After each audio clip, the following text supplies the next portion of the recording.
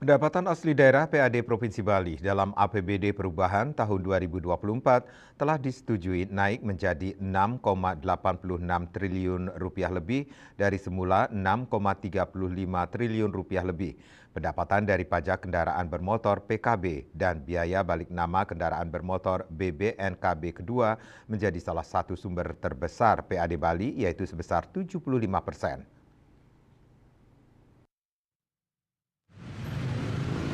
Target tersebut telah mampu dicapai oleh Badan Pendapatan Daerah Bapenda Provinsi Bali hingga 9 September 2024. Targetnya telah mencapai 79%.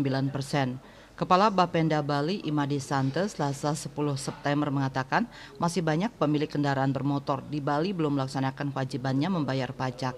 Untuk mengejarnya, berbagai upaya telah dilakukan oleh Bapenda Provinsi Bali. Salah satunya memberi kemudahan kepada masyarakat wajib pajak berupa relaksasi pajak atau pemutihan.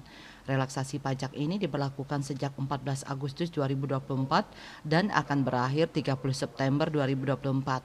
Sante mengatakan kebijakan relaksasi pajak daerah tahun 2024 ini tertuang ke dalam Peraturan Gubernur Pergub Bali Nomor 14 Tahun 2024 yang diperuntukkan bagi wajib pajak kendaraan bermotor.